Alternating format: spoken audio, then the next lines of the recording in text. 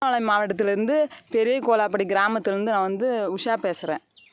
அதாவது இந்த நூற்றுக்கணக்கான ரேக்கை நாங்கள் பூ பயிர் செஞ்சிட்ருக்கோம்.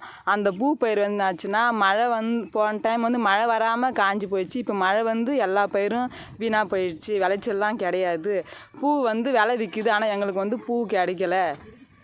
150 ரூபா 100 ரூபா விற்றாலும் எங்களுக்கு பூ கிடைக்காததால எங்களால் மேற்கொண்டு ஒரு 40,000 50,000 செலவு பண்ணியிருந்தாலும் அதுக்கான வருமானம் எங்களுக்கு சரியாக கிடைக்கல.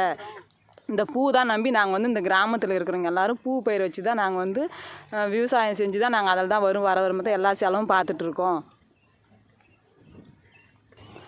பூ பயிர் நம்பி நாங்கள் வாழ்ந்துட்டுருக்கோம். எங்களுக்கு இந்த நஷ்டீடு ஆனதால் கவர்மெண்ட் எங்களுக்கு அரசாங்கம் பார்த்து எதனா உதவி செஞ்சால் எங்களுக்கு கொஞ்சம் நல்லாயிருக்கும்.